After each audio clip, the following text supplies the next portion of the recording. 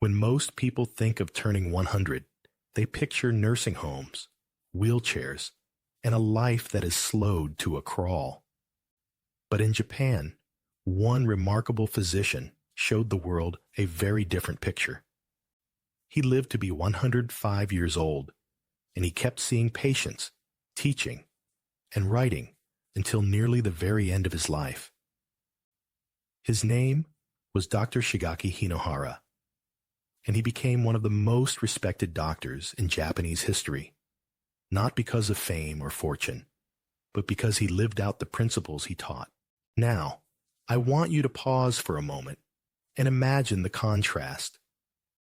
Here in the United States, by the time many people reach their late 70s or early 80s, they are weighed down by medications, doctor visits, and the fear of losing independence.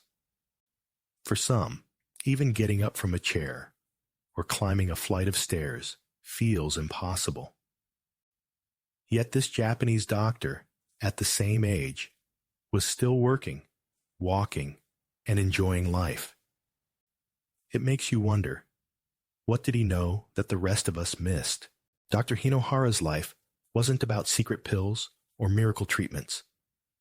He didn't rely on expensive supplements or complicated health routines. His formula was strikingly simple. He ate lightly. He moved his body every day. He kept his mind curious. And above all, he lived with a sense of joy and purpose.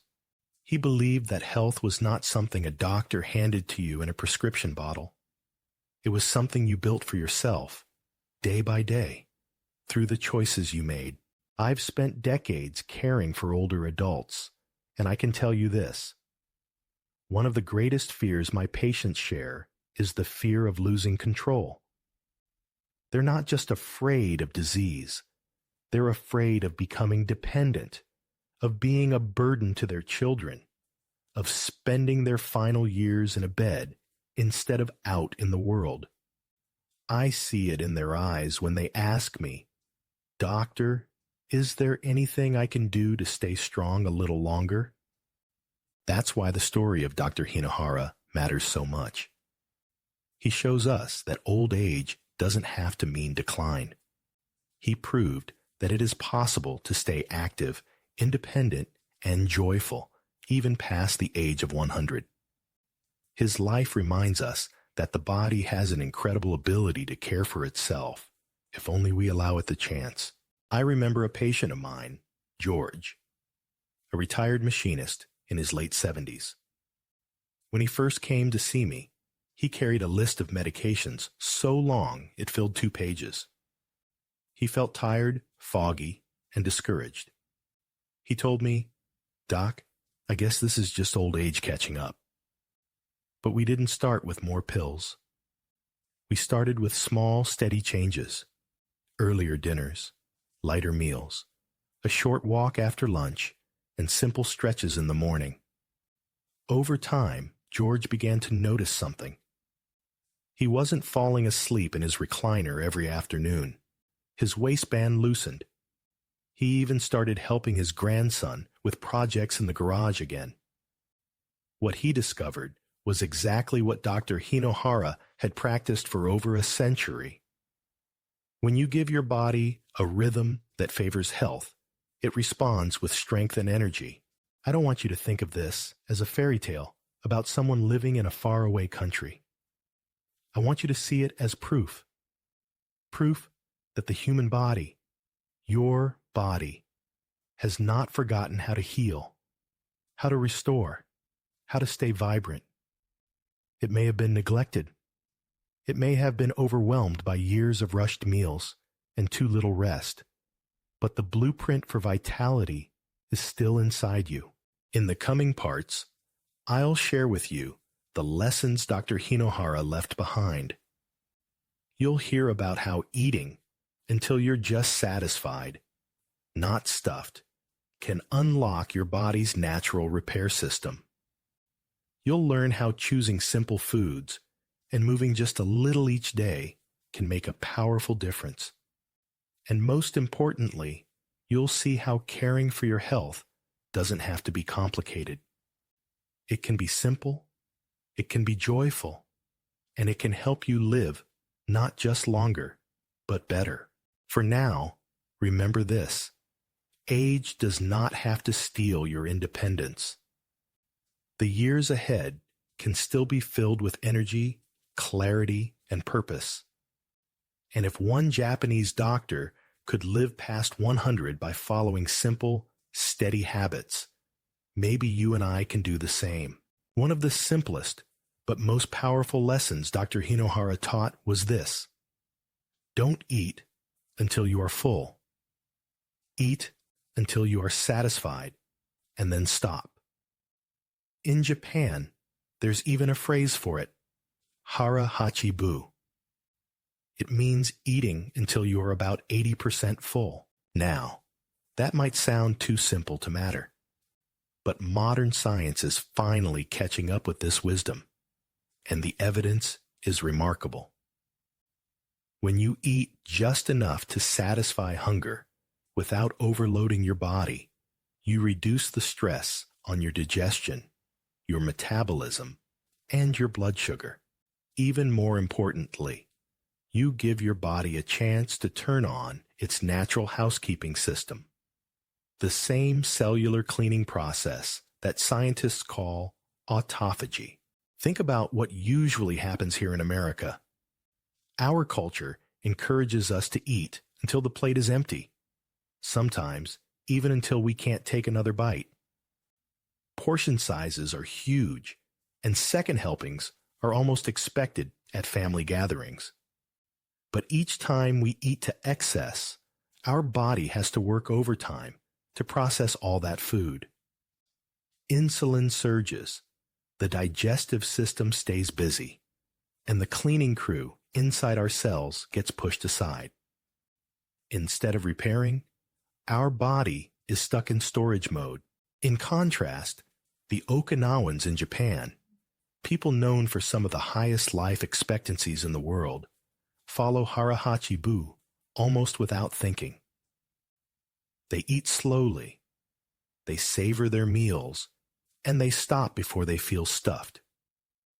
As a result, their bodies spend more time in balance, repairing, renewing, and staying lean and healthy well into their 90s and beyond. I remember one of my patients, Linda, who struggled with late-night eating. She told me, "Doctor, I don't even know why I do it. I'm not hungry, but I find myself grabbing a snack while watching television." We worked on something simple. She would serve herself smaller portions at dinner and close the kitchen afterwards. It wasn't about deprivation. It was about creating space. Within a few weeks, she noticed she was sleeping better, waking up with more energy, and her blood sugar numbers, something she'd worried about for years, began to improve. That's the quiet power of eating less. Dr. Hinohara practiced this discipline every day of his life. His meals were light. He avoided sugary foods and heavily processed snacks. He filled his plate with fish, vegetables, beans, and rice, but rarely ate until he was stuffed. To him, eating was about nourishing the body, not overwhelming it.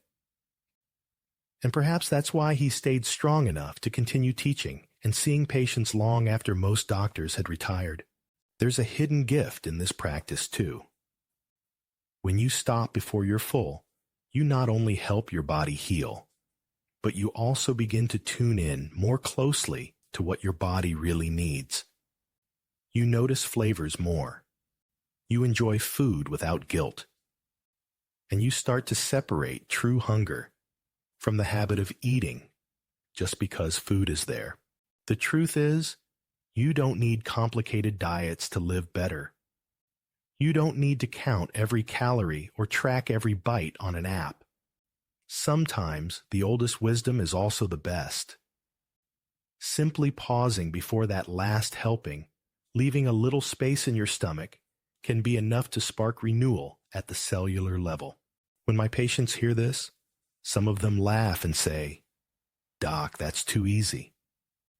But then they try it. They practice stopping just before they're full. And slowly, they feel the difference. Their digestion improves. Their energy becomes steadier. And they no longer feel weighed down after meals. In a world that tells us more is always better, Dr. Hinohara's lesson is a gentle reminder that sometimes less is exactly what we need. By eating a little less at each meal, you're not depriving yourself. You're giving your body the gift of healing. And that's the lesson I want you to hold on to. It's not about starvation. It's not about restriction. It's about balance. It's about leaving enough room for your body to do its quiet, miraculous work. When people hear that Dr. Hinohara lived to 105, they often ask the same question. What exactly did he eat? Was there some rare herb, an exotic tonic, or a secret superfood? The truth is far more ordinary, and that's what makes it powerful.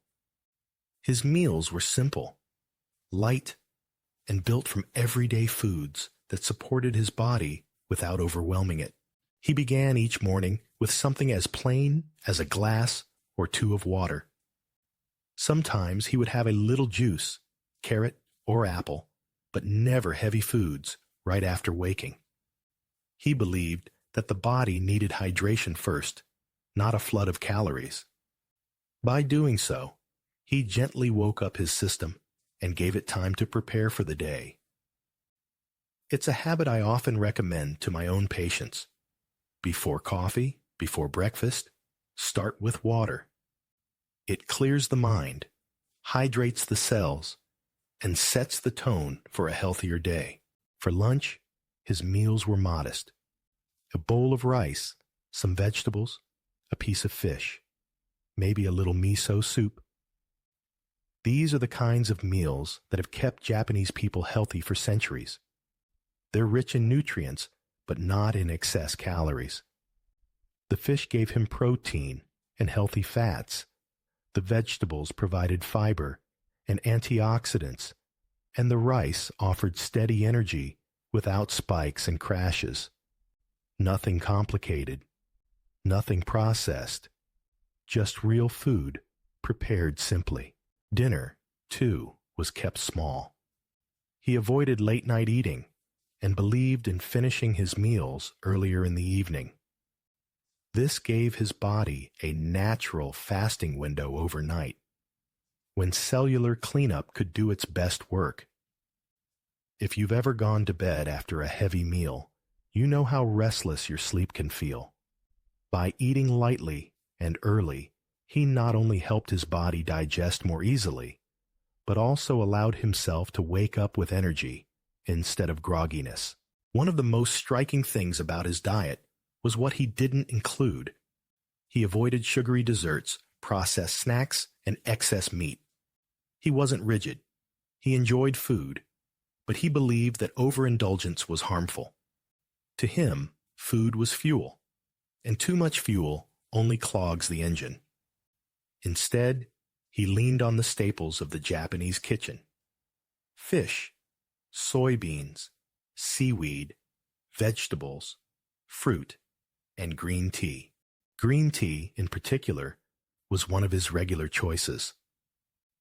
Rich in natural compounds called catechins, it supports heart health, brain function, and cellular protection. Many older Japanese men and women sip it daily, and science now confirms what tradition always knew. It helps the body stay balanced. When I explain this to my patients, some of them say, "But Dr. James, I don't live in Japan. I can't eat seaweed every day." And that's perfectly fine. You don't have to copy his meals bite for bite. What matters is the principle. Keep meals light, whole, and natural.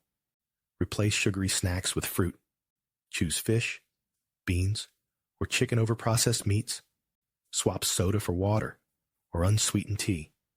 Finish dinner earlier and give your body the rest it deserves. These changes, practiced consistently, can transform how you feel. I recall a patient named Walter, a former truck driver in his 80s. He used to have large, late dinners. Meat, potatoes, pie, the works. His digestion was poor, and he often felt heavy in the mornings. We worked on scaling back. Smaller portions, a salad or soup with dinner, cutting dessert most nights, and moving his last meal earlier. Within a month, he told me, "Doc, I sleep like I haven't in years." His belly eased, his energy rose, and his morning walks became enjoyable again. That wasn't magic. It was the body responding gratefully to a lighter load. Dr. Hinohara's example shows us that longevity doesn't require exotic foods or strict diets. It requires consistency in the basics. Hydrate, eat modestly, prefer natural over processed, and respect your body's limits. The formula is simple, but it works. It worked for him for over a century, and it can work for us too. So the next time you sit down to a meal, remember the lesson of Japan's oldest doctor. You don't need to eat more, you need to eat smarter. And sometimes, the smartest meal is the simplest one. If there's one thing I've learned after decades of caring for older adults, it's this. The body was never meant to sit still all day. Movement is life. And Dr. Shigeaki Hinohara understood this better than anyone. Even into his hundreds, he didn't rely on fancy gyms or long exercise programs. Instead, he built movement into the ordinary rhythm of his day. He chose the stairs instead of the elevator. He walked to work instead of being driven when possible. He kept his schedule full, not to exhaust himself, but to remind his body and mind that they still had purpose. He believed that staying busy, engaging with life, was a kind of medicine all on its own. Think about that for a moment. How many of us reach a certain age and start slowing down? Not because our body insists on it, but because society tells us to. We retire. We sit more. We let our days get quieter. But the truth is, every step we take, every chore we do, every moment we spend moving is a vote for independence. It's the difference between needing help to get out of a chair and being able to stand tall on your own. I had a patient named Margaret who once told me, "Doctor, I just don't have the strength I used to." She was in her late 70s, and she had fallen twice in 1 year. The fear of falling again kept her from doing much of anything. We didn't sign her up for a marathon. We started small. Chair squats in the living room, a 10-minute walk after breakfast, carrying a light basket of laundry instead of letting someone else do it. Within months, her confidence grew. Her balance improved, and she told me she felt less fragile. What changed? Not her age, her habits. Dr. Hinohara lived this lesson every day. He believed in keeping the body in motion, not in bursts, but through steady, everyday choices. For him, health wasn't about lifting the heaviest weights or running the fastest mile. It was about climbing stairs, bending down to pick something up, walking with friends, and keeping his schedule active well past the age when most people had retired. Modern science backs this up. Regular, moderate activity helps maintain muscle, strengthens bones, keeps the heart and lungs working, and even sharpens the mind. It lowers the risk of falls, improves mood, and increases independence. And the beauty is, you don't need to exhaust yourself to gain these benefits. You just need to keep moving. One of the saddest things I see in my clinic is when older adults stop moving because they're afraid of getting hurt. They avoid activity, thinking it will protect them, but it does the opposite. The less you move, the weaker you become, and the more fragile you feel. The key is safe, steady activity. Movements that challenge you just enough to stay strong without putting you at risk. I encourage my patients to treat movement as part of life, not a separate chore. Park a little farther from the store entrance. Take the stairs when you can. Do light stretches while waiting for the kettle to boil. Walk with a neighbor in the evenings. It all counts. And each small choice builds resilience. Dr. Hinohara didn't stop working at 65 or even 75. He continued to give lectures and see patients well into his 90s and beyond. To him, work wasn't a burden. It was an opportunity to keep his body and mind engaged. That's an important lesson for all of us. Staying active isn't just about exercise. It's about staying involved, staying curious, staying useful. And here's something I tell every patient who feels discouraged. It's never too late to start. I've seen men and women in their 80s and 90s regain strength and confidence simply by adding gentle movement back into their lives. Your muscles, your bones, your heart, they still respond no matter your age. So, when you think about Dr. Hinohara walking those stairs at 100 years old, let it remind you that every step you take is a step toward independence. Every bit of movement is a gift you give to your future self. And just like the doctor from Japan, you don't need to stop living just because you've added more candles to the birthday cake. There's another part of Dr. Hinohara's story that's just as important as what he ate or how he moved. It was the way he thought about life. He used to say that the body and the mind are partners. And if you want to live long, you must keep both of them young. He believed that curiosity, joy, and a sense of purpose were as vital to health as food or exercise. Even in his later years, when most people his age were slowing down, he was still learning, teaching, and writing. He believed that staying curious was what kept him alive. He often reminded his students and patients that if you wake up each morning with something to look forward to, whether it's a class, a book, a hobby, or even a conversation, you are already halfway to good health. I think of one of my patients, Harold, who came to me after losing his wife. He was in his early 80s, and he told me, "Doctor, I just don't see the point anymore." He had stopped gardening, stopped going to church, stopped spending time with his friends. His health began to decline, not because of any major disease, but because the spark had gone out of his life. Together, we talked about what had once brought him joy. Slowly, he started tending his garden again, and before long, he was sharing tomatoes and cucumbers with neighbors. Within a few months, his energy lifted, his appetite returned, and his blood pressure even improved. It wasn't a new pill that helped him. It was a new reason to live. Dr. Hinohara often said that one of the best ways to stay healthy was to embrace joy, even in small things.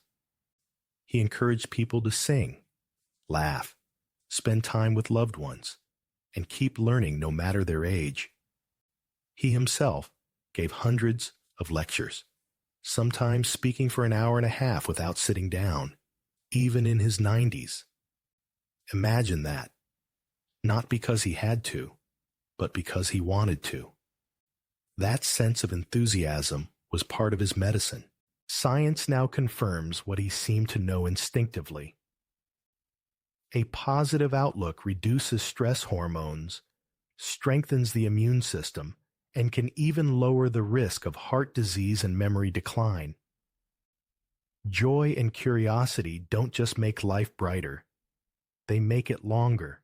I remember another patient, Emily, who decided at 79 to learn how to paint.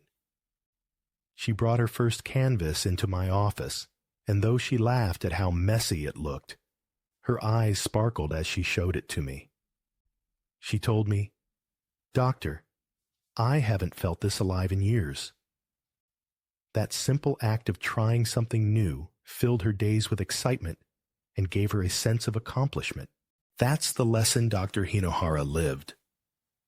You don't have to stop growing just because your hair has turned gray. In fact, those who keep seeking, learning, and laughing often seem younger than their years. It's not about denying age. It's about refusing to let age steal your spirit. So let me ask you, what lights you up inside? Is it music, reading, traveling, volunteering, or spending time with grandchildren? Whatever it is, don't set it aside just because the years are passing. Feed your spirit as faithfully as you feed your body, and you may find yourself not only living longer, but living more fully. Dr. Hinohara's message was simple but profound. Never stop being curious. Never stop finding joy. If you can carry that spark forward, your body will thank you, and your days will feel richer, no matter how many birthdays you've celebrated. When people ask me, "Doctor, how can I start?" I always remind them that health is not built in a day, and it's not lost in a day either. It's the small, steady choices that matter most. Dr. Hinohara didn't live to 105 because of one dramatic change. He lived that long because of decades of simple habits practiced with care. And the good news is, you can begin the same way right now. Let me give you a gentle 14-day plan inspired by his life. Think of it not as a strict program, but as a series of invitations, small steps that open the door to better energy, better sleep, and a body that feels lighter. Days 1 through 7. Focus on the basics. Begin each morning with 2 or 3 glasses of water before anything else. Try finishing dinner a little earlier than usual, and give yourself at least 12 hours before your next meal.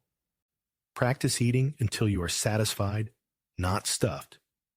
Just 80% full. Take a short walk after one meal each day. Write down one thing you're grateful for before bed. Days 8 through 14. Gently extend your overnight fast to 13 or 14 hours if you feel comfortable. Add a cup of green tea or ginger tea in the morning or afternoon instead of a sugary drink. Experiment with one lighter dinner, soup, salad, or a small plate of fish and vegetables. Add one simple strength movement, like sitting down and standing up from a chair 10 times, twice a week. And find one new activity that sparks joy. Read a new book, call a friend, or try something creative. By the end of 2 weeks, most people begin to notice subtle changes. They sleep more soundly. Their mornings feel clearer. Their energy doesn't dip as sharply in the afternoon. Clothes fit a little more comfortably around the waist. And perhaps most importantly, they feel a sense of control returning. Proof that age doesn't mean surrender. Of course, no plan is perfect, and no one follows it flawlessly. That's not the point. The point is momentum. Each small choice builds on the one before. Each day you treat your body with respect. You give it the chance to repair and renew. Dr. Hinohara's legacy reminds us that health is not just about adding years to your life, but adding life to your years.